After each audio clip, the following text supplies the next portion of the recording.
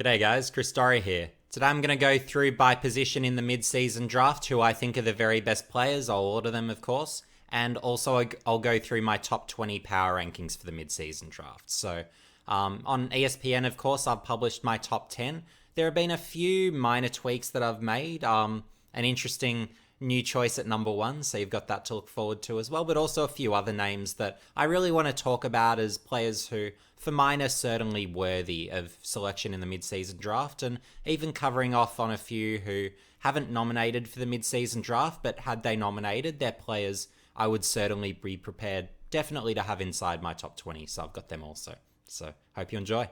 So to firstly take you through my ruck rankings. So number one of the rucks, I've got Jacob Edwards. So he's the consensus number one pick in the mid-season draft, and understandably so. He's had a great start to the season, can play key forward, can play ruck, very athletic, showing a lot of signs, strong mark, really nice tap work, so he's looking the goods. He's developed a little bit later, but over the off-season, all the reports are he's really developed like crazy, really got a lot stronger, improved his football game. He's not someone certainly coming into the year that I had on my radar, so the fact that he's really come from, at least from my perspective, nowhere, is a really good sign that he's really made those sort of strides. So, and with rucks, what you're looking for a high rate of development, and it's the same story with key position players. You want a good rate of development because it's about who they're going to be at 25, not who they are now. So with that rate of development, the performances on the board and the promise is shown, he's looking good, and he's someone that I'd be happy in the national draft to be drafting early enough, or certainly in the first half of the draft, maybe even edging towards the first round. So he's that sort of caliber of player. And in a North Melbourne context, so they're presumably going to have pick one going into the mid-season draft. So so what I'm looking at with Edwards is obviously you've got Goldstein as the number one ruck, so I'd be looking at Edwards as a key forward and have him, I guess, rotating into the ruck as that relieving ruckman. So if Goldstein's on the bench for 15% of the game time, well, Edwards can go into the ruck for that 15%. So that way his body doesn't get too battered and bruised, and he has time to develop mostly as a key forward, and then as his body matures a lot more, then he can be exposed to a bit more ruck minutes. But we'd have to see, would he be getting games this year? Maybe, maybe not, we'd have to see. But he'd be certainly in the mix you'd be expecting. So, great signs for someone his age. So next up, Ned Moyle. So here's another ruckman who I'm particularly high conviction on.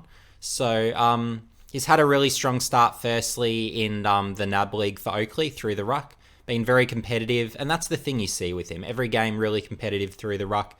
Even in the game where the under-18 academy, they got smashed by Geelong VFL side, he was one of the players where he was still really competitive, so that was a great sign. He had a 3-week stint with Collingwood's VFL side. Again, very competitive, looked really good through the ruck. Had some minutes forward, not as good forward. If you're picking him as a ruck because 205 centimetres is just a competitive ruck. That's his game. So, I'm liking the look of him. There's scope to develop there, so we'll have to see how that goes. But here's someone where, certainly in the first few picks in the mid-season draft, I think he'll get picked up. So there's a few clubs that need a ruck. And as per my previous video, where I covered off on how successful a lot of rookie rucks have been, he's the sort of guy where you give him some years to develop, see what he becomes. But in a system and with how advanced he's looking already, he can go really well, given how competitive already he's shown that he can be against VFL competition, particularly for Collingwood's VFL side recently. And then, of course, last week, back in the NAB League, played really well, arguably best on ground for mine for Oakley. So that's the sort of player you're looking at, someone who's very advanced but has really developed as well. So again, you've got that tick in that rate of development box for the rucks.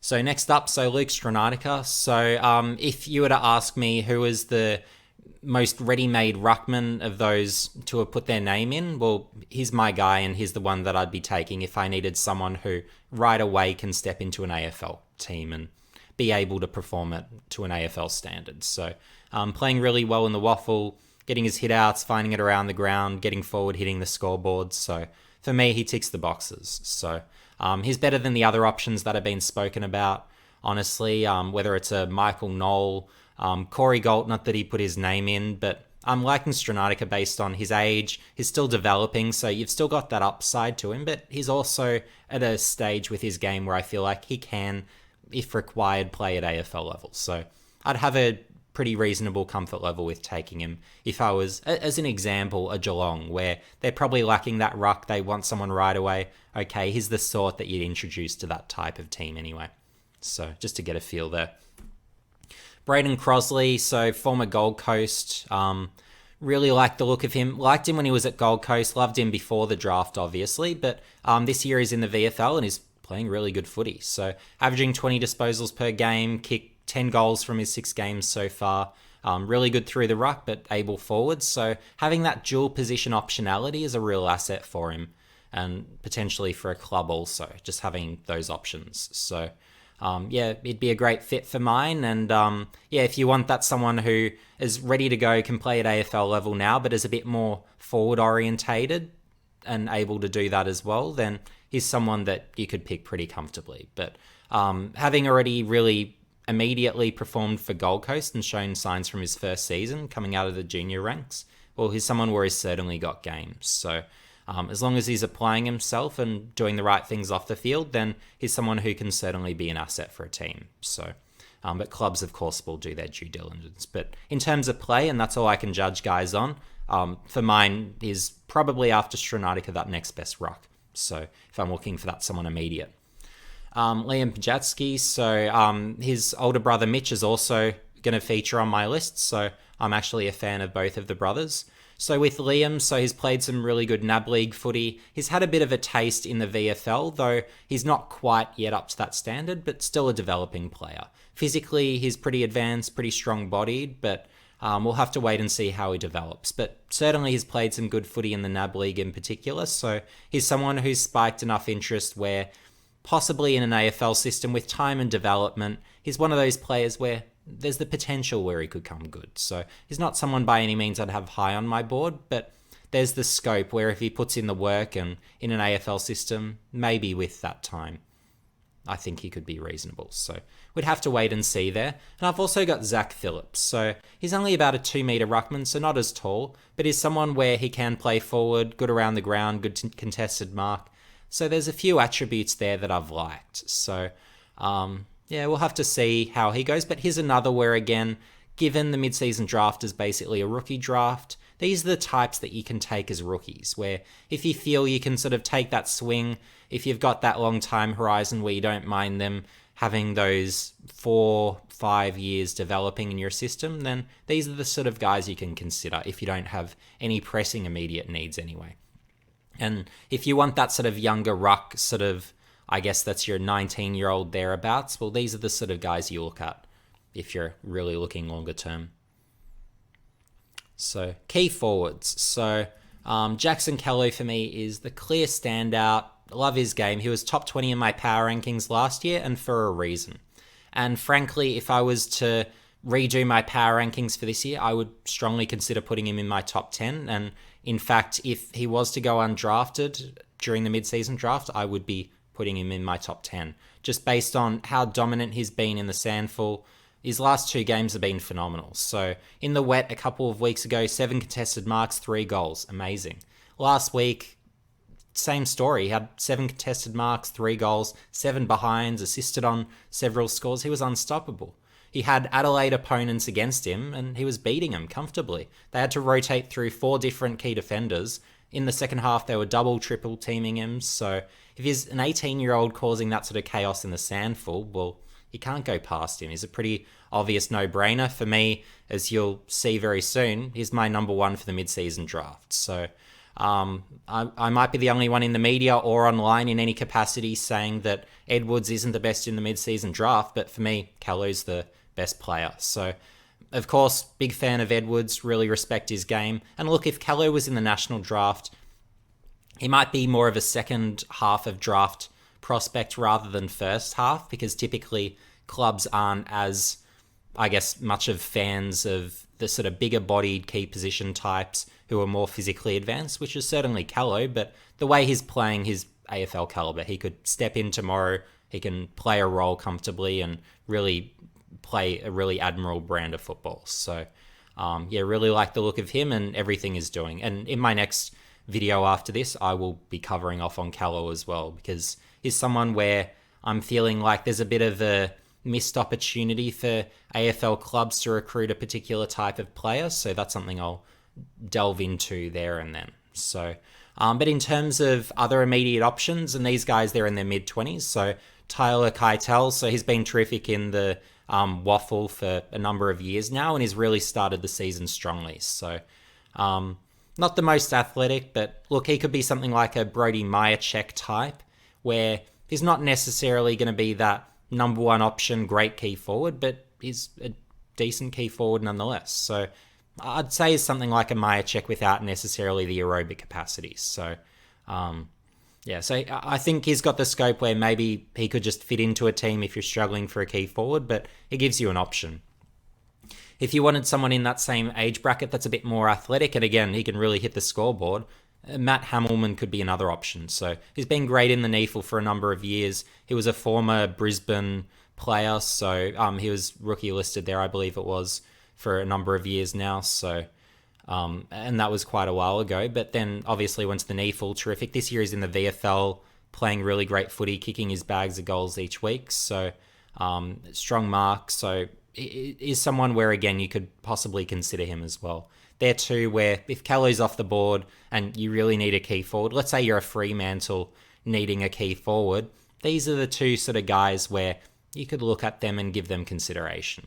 So there's others where maybe a Jack Buller, if you want someone younger, there's other key forwards too, but these are two where I'd feel pretty solidly they're depth sort of players at worst. And look, you could put them in and feel pretty comfortable and confident that they're going to perform to a reasonable level, even if they're not necessarily your long-term sort of best 22 players. So that's why I wanted to give them acknowledgement by position as certainly sort of those next best options, you could say, without necessarily being your ultra high conviction long-term types.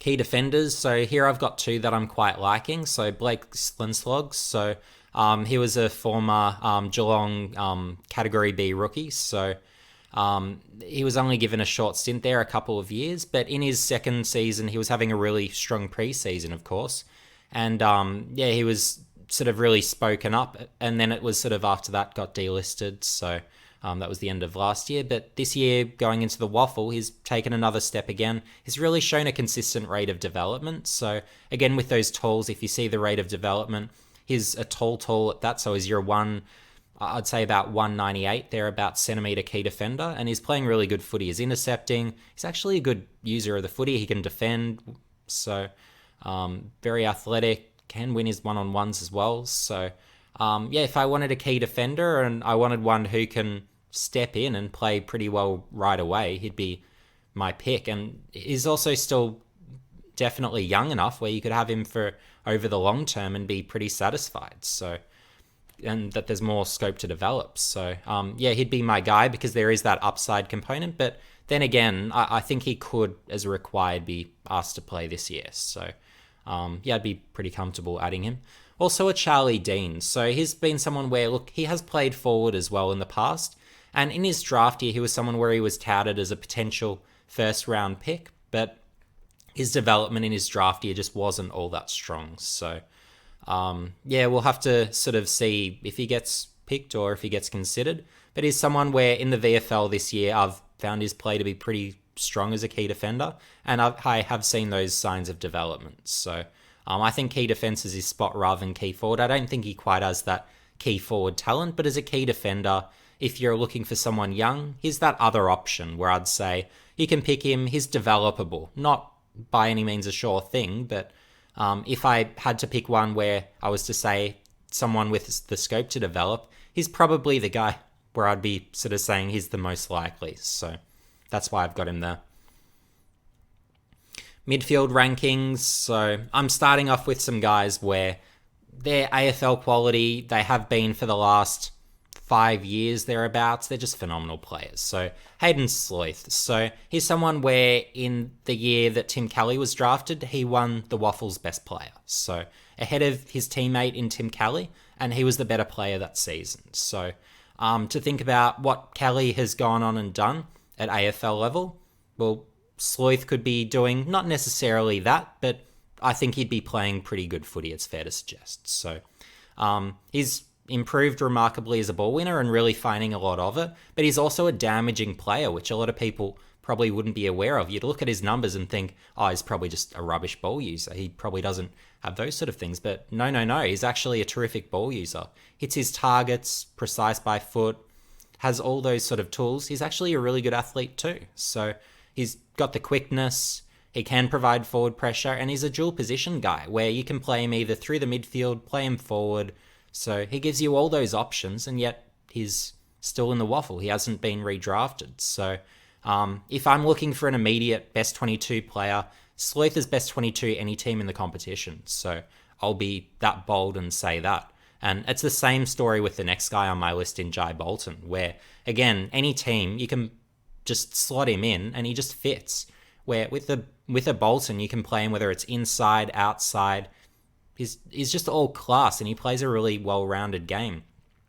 And whenever you put him on the big stage, whether it's a grand final, whether it's a state game, he just stands up. So having someone who he's that big game player, but then having those inside and outside capabilities, well, he's someone I've really liked for a long time, and I'm still a strong advocate for, even at his age.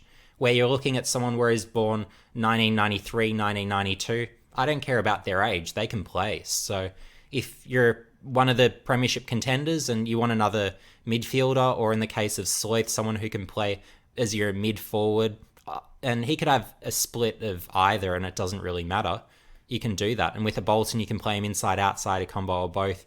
Again, you'll be really happy with the results you get from them because they're just really good footballers that, mostly based on age, there is a bit of a blind spot in the AFL industry among those who are 25 plus, and it's just a case with these two where they are AFL standard, but they just haven't got that opportunity. So it's a shame for them, but I'll definitely give them the acknowledgement they deserve and say they're two AFL quality players outside the AFL. So with Josh Green, so Tom Green's younger brother, so he went undrafted last year. From what I'd seen of him in years past, he was playing in defence, nothing special, just sort of a big body general defender, not tall enough to be a key defender. Hadn't really seen any sort of point of difference that really got me excited at all. But this year he's stepped into the midfield and he's playing that sort of style that his brother does. He's not on that same level, so sorry to disappoint there, but he's someone where he's definitely got the scope to maybe develop as that first possession winner who can dish out by hand and really be that sort of big-bodied, taller mid through there. So for a club looking for that, Josh Green is certainly a piece who can provide that. Mitch Bajaski, so he's playing a lot of time forward as that leading, tallish 191 thereabouts centimetre forward. So he is doing a lot of that. But the other good thing with Mitch as well, he can play through the midfield and be a ball winner. So having that dual position component as that taller mid, I find that really appealing. And he's someone where, as basically a rookie, I would feel very comfortable picking because he could just fit into a team. If you're after that sort of taller type, let's say you've got a smaller midfield, maybe take an Adelaide as an example. Well, he could put in a Pajaski and he can play a little bit forward, a little bit mid, some combo or both, however you want to split up those minutes. And I think he's a piece. So he's someone I consider very much draftable. Josh Newman, an unfortunate case of he didn't nominate, so I imagine he's just gearing up for the national draft and maybe he thinks there's a chance then. But I've really liked his play in the VFL this year. He's really shown development playing through the midfield.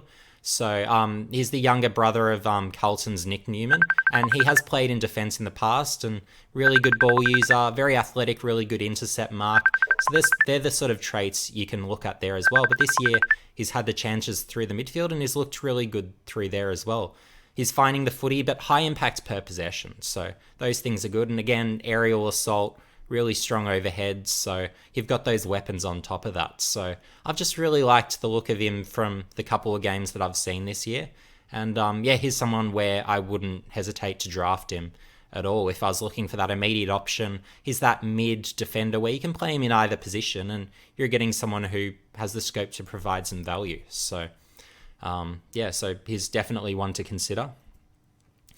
So Jai Newcomb, so think it's with a B, if I could spell. But yeah, Jai Newcomb. So he's been playing really good footy this year, and he was someone where he was going to come back to the NAB League last year as an overager, but of course the season didn't go ahead, so we didn't get to have a look at him there. But yeah, look, this year in the VFL, he's shown explosiveness. He wins his own ball. So is that strong contested ball winner? He's had a really good VFL season so far. And given how little sort of, I guess, opportunities in good programs he has had to develop, yet the combination of attributes he has, he's someone where he's got real scope to develop. And really with any of these guys here, you could list them in any order and you'd be pretty happy. And I think with Newcomb, he's someone where I think he gets drafted based on the attributes he's showing. So he's definitely someone to be watching, and seems to have gotten a bit of a run in the media as well, where there's been quite a few people talking about him publicly as a possible chance. So yeah, he's definitely someone to keep your ears out for as well, given, again, the attributes. But just based off only seeing one game of him, look, I'm not as confident or high conviction as with the others, but nonetheless, even off that one game, there was enough there where I thought, yeah, look, he's someone where he's definitely draftable. So deserves well and truly to be on this list.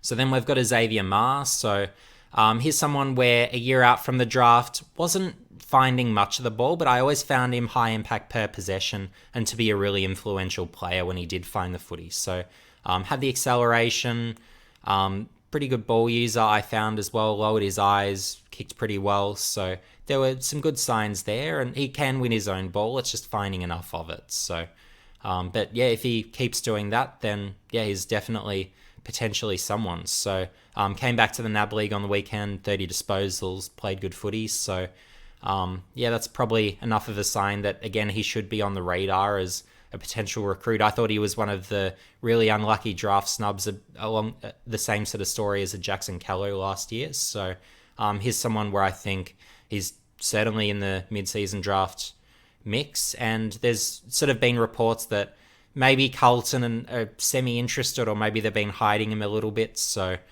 given he's sort of in their system there. So I don't necessarily make much of that talk, but he's certainly someone where he is deserving of being in the mid-season draft mix, I'd say, given what he's done in the past and certainly the signs that he showed in his one game so far anyway that I'm aware of. So yeah, so general forwards. So Bailey Lambert, so he was someone I was really keen to see, teammate of Josh Newman in the VFL, but yeah, unfortunately just didn't nominate. So maybe he fancies himself at the end of the year, so we'll have to see. But son of Craig, so yeah, former AFL player. But yeah, with Lambert, I'm really liking what I've seen forward of centre of him, where he's got the speed, provides the forward pressure. He's got a lot of weapons. He hits the scoreboard. So yeah, I'm really liking the look of him. He's not a small forward. He's more of a medium forward, but you have him there for the speed, the pressure, all the offensive weapons he brings to the table. So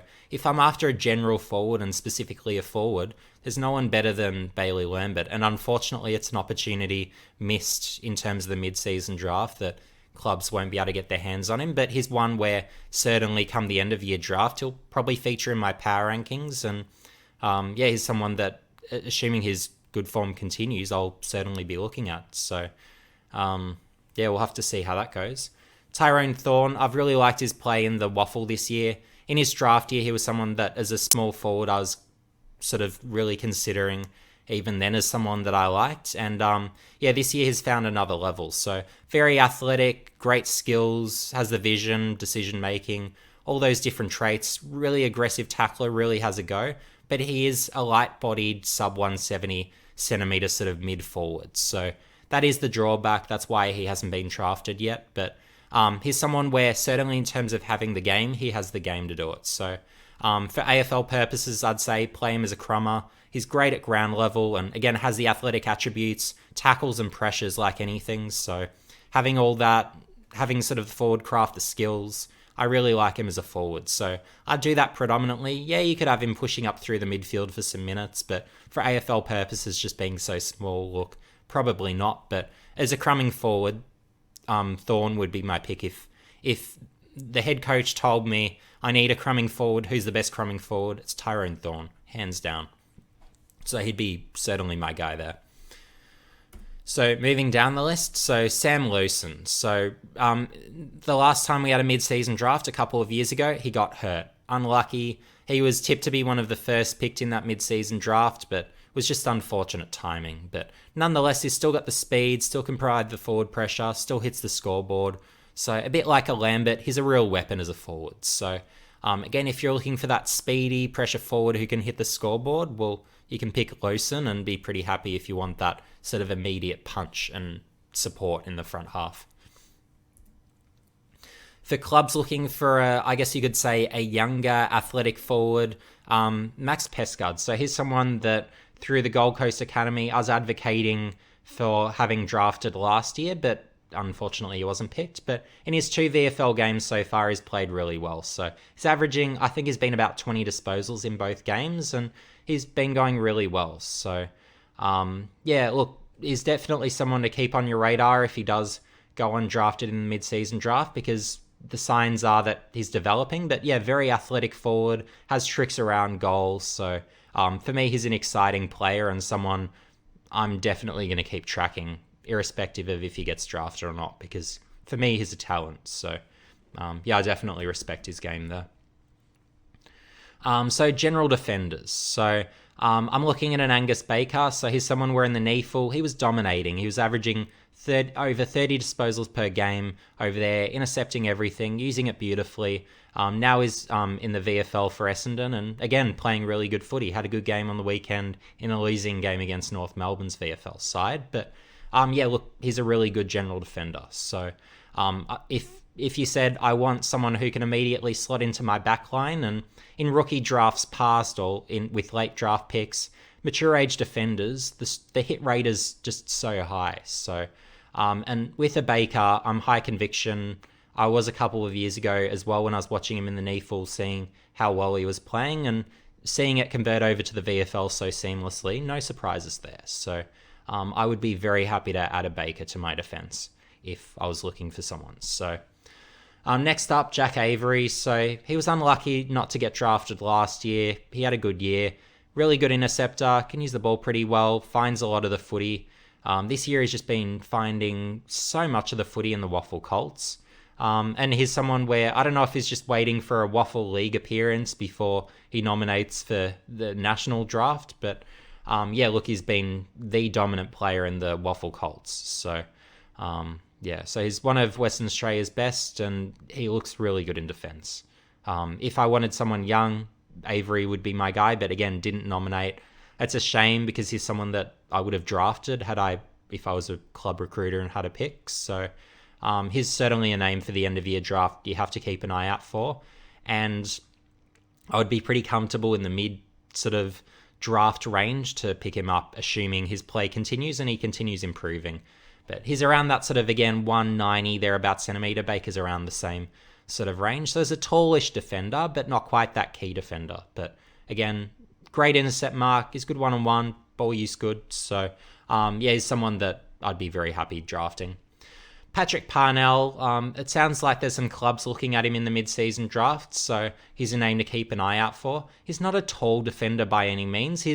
I think he might even be sub 180 centimetres, so not tall at all, but finds a lot of the footy, but really damaging player. Love what he does by foot, can run, so he's got some weapons there. So, he's someone definitely to watch if you're really looking for that drive and that punch out of defence. So, he'd be the guy in defence I'd be picking for those purposes if that's what I was in need of. Cody Rack, look, for me, he was eligible firstly as a Bulldogs Next Gen Academy player last year, and it was arguably unlucky not to be picked then because he could have been picked as a Cat B rookie. But he's started the season pretty well. He's probably a bit short to play key defence. He's about a 192 thereabouts. But really good interceptor, can provide some drive from defence. In I think it was their under-23 game, he actually had a stint forward and kicked a couple of goals, which was something I didn't know he could do. But if I was picking him, it would just be as a defender. But for me, he's behind those other three, but that's a personal preference thing. But he's on the radar for mid-season draft. He's got a chance. So we'll have to see how that goes. So to continue on, so these are my top 20 power rankings for the mid-season draft. And there are 3 that didn't nominate, but ultimately if you're a club going into the mid-season draft, well, you don't need more than 10 players on your draft board. But nonetheless, I wanted to show these players in an order to really, I guess, present if I needed particular types, then I could possibly go here or there. Or if for whatever reason you needed something else, then you could go to any of these names. But these are guys where I'd feel certainly comfortable taking them with a rookie selection, which is ultimately what the mid-season draft is. So Jackson Callow, number 1. Again, I've mentioned it before. If he was eligible for this year's draft, I would have him in the top 10 in my power rankings. Of course, that doesn't mean I would need to use a top 10 pick on him. I can't imagine a club would use a first round pick on him. Maybe not even a second round pick. He's probably a second half of draft sort of guy if he was to be in the national draft. But nonetheless, he's, for me, that high conviction of a guy where he's leading the Sandful in contested marks. He's just making a joke of the competition, really, as an 18-year-old. So, and seeing just how dominant he's been, it's just, he's really causing teams problems. So having those capabilities as a key forward, but then he's also got the attributes to him where I could make a case as if he was to be a key defender, he'd be even better as a key defender. So I'm a huge Jackson Callow fan, and I really think that clubs made a mistake overlooking him last year. He was top 20 in my power rankings then, and he's really only improved his stock since he went undrafted with his move to the Sandful from Tasmania and just really playing fantastic footy and really showing great development this year. But particularly his last 2 weeks, phenomenal. Really respect the way he's been playing, and I really look forward to seeing more of his development because he's just balling. That's all I can say. Jacob Edwards is number 1 on everyone else's draft board. Sorry to be different, but I think there's someone else who's even better. But respect to Edwards. He's someone where if he was in this year's draft, he could be a first round pick. So, and rate of improvement, athleticism, can play forward, can play ruck. So all the signs there are really good. So very developable. He's a second player where you'd put him on your senior list. You'd put Callow on a senior list, you'd put Edwards on a senior list.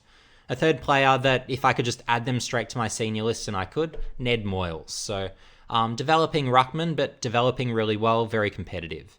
Really like his game, advanced for his age.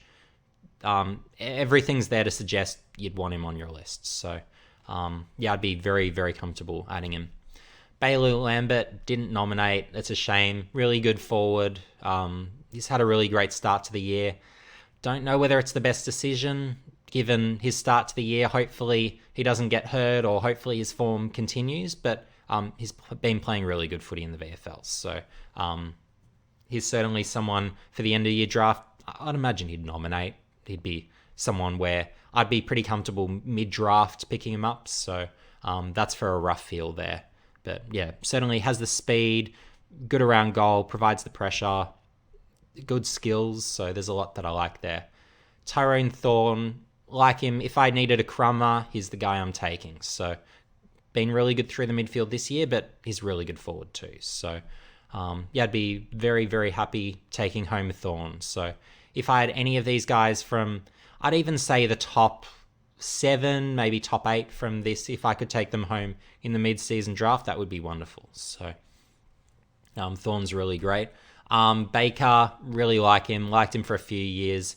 He was in 2019 the second mature ager on my draft board that year, and I don't think clubs really pay enough attention, nor anyone else for that matter, to the NEAFL. I thought that was a terrific league with actually quite a few really good footballers on lists, and probably not enough respect all round. But yeah, Baker's someone where he's been really good in his, I think it's 3 games so far for Essendon's VFL side, and really good interceptor, has the ball use. If I need a general defender, he's the guy. Plug and play. You'd love to have him. Jack Avery didn't nominate. It's a shame, but he's been great in the Waffle Colts. Great interceptor. He's just having a phenomenal season. So, he looks the goods. Look out for him end of year draft. He's, again, someone mid-draft. You'd love to have him. Blake Slenslog, best key defender that I'm seeing available.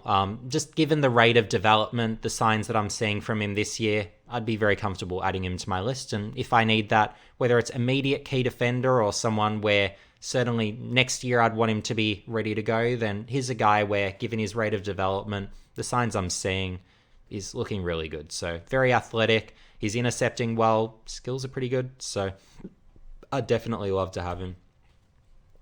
Parnell, a smaller type, but really a great rebounder from defense. So if I want to generate drive from defense in a meaningful way and get that real, I guess, speed of ball movement out of there, and I don't mind playing small, then absolutely I'd love to have him. Sam Lewson, if you want speed, forward pressure, scoreboard impact, is someone where you can plug and play. So definitely watch out for him. Don't know necessarily if he'll be picked in the mid-season draft, but he's someone where I'd be very willing to take him anyway. Max Pescard, liked him last year, still like him. 2 VFL games, looking good. Athletic, good around goal. He's someone I'd be willing to take if I wanted that sort of medium-ish sort of forward. Hayden Sloyth, plug and play, whether it's midfield, forward, he can improve a premiership contender. So any team, best 22 in AFL. I'd say the same of Bolton, inside, outside, best 22, any team. But it's just age that works against Sloyth and Bolton. If they were younger, they'd be higher on my list. In years past, if I was to create this sort of list, they would have been higher. But yeah, just you do have to take age into account, given you're not going to have as much time with them necessarily playing for you. Charlie Dean, developing key defender. Like the look of him. He's playing really well in the VFL. He was on the radar a few years ago to get drafted. Didn't really develop as much as he needed to that year, but he's showing signs of development and playing good footy. So if you wanted a key defender, he's not ready yet, but he's developable. So you could consider him. Josh Green, brother of Tom, looking good. You could take him around here. If you want that bigger bodied first possession ball winner, you could take him. Pajaski, you've got your sort of tallish forward mid, absolutely worth picking. So if you want that sort of rotation piece, he can play both positions, be that bigger body inside, but a good lead up forward who can hit the scoreboard, he's a good option. Newcomb, developable mid, has the ball winning, has the speed. You could take him around about here, I think. And look, I'd even toy potentially with moving him up a few spots. Maybe I could even argue perhaps he could be as high as maybe 14, maybe even 12, 11 possibly, maybe 10. So, but I've just seen the one game, so I can't justify having him higher. But yeah, look, the signs are there. He's got some attributes, so you could pick him. And talking attributes, Maher is the exact same story, Xavier Maher. So he's got the speed, really good ball use. Probably not quite the contested side of a Newcomb, but he can win his own balls. So it's the only reason why he's a little bit behind. But 30 disposals in his first NAB League game of the year, he looks the goods. So as long as he's finding the footy, he's a high impact per possession mid. So I'd absolutely be very comfortable taking him if I was after that bit more speed through the midfield, bit more sort of capabilities through there, and not just your vanilla types. Then you can certainly justify a spot for him. Josh Newman, it's a shame he didn't nominate. Don't know if that helps or hurts him, but for the end of year draft, I'd certainly, again, have him on my radar as someone to watch. He can play, whether it's midfield, he can play across half back, intercept a bit, provide some drive, but high impact per possession, really liking his season so far alongside his teammate Lambert. So, yeah, both look good. And yeah, but with Newman, look, he is a bit older, so it's a shame we don't sort of get to see him sort of nominate for this draft. So, yeah, we'll have to see with that. And then Cody Rucks. So, look, he's a pretty good general defender, provides drive, intercepts, good height. He's sort of someone where you could consider, but not my top defender, but he's someone where certainly he's on that short list, where if the others are taken for whatever reason and you don't have Avery in this pool, then he's someone where you could take him. But ultimately, these are the 20 that I'd want to be picking from. But if you've got a really sort of, I guess, strong high need for something else, then you could justify someone that's not on this list. So maybe it's someone like a Stranatica where you need that mature age ready to go ruck. I could justify picking him for that sort of purpose. So you've got those outside of these ratings, I suppose, where I could say, look, they're justifiable positional need types where if you need that, then sure. But yeah, but so for 5 players worth discussing. So When I talk to people about the mid-season draft, these are some of the names I hear come up. So Nathan Freeman, he's been phenomenal in the VFL. Credit where it's due. So former top 10 pick, went to Collingwood, hamstring issues, was with St Kilda for a little bit, but he's out of the league. So, but playing a really good year to his credit in the VFL. He's actually still got speed, believe it or not. But finding the footy, has the endurance, really covers the ground well. He can win his own ball, but then he also is in position to receive lots as well. So he does have that balance. But he's very low impact per possession. So he'll have 40 disposals and you'll think, oh, he's had 20 to 25 disposals. So given that, look, he's not someone I would necessarily draft, but nonetheless, I wouldn't say that you shouldn't draft either. So there is a place for someone like that, but yeah, there's others nonetheless that I do prefer. So that's my position there. And with a Freeman as well, his kicking isn't great. So his kicking lets him down far too often, I find, where he'll kick to a target and he just misses the target. So if you're getting that volume of ball into someone's hands, you can't have him butchering the ball as much as Freeman does. So if he cleans up his ball use, then yeah, look, maybe he could be someone that I'd be more open to considering, and I might even have in the top 20. But without the precision ball use and I guess at least the reliability factor, I can't justify having him in my top 20. So,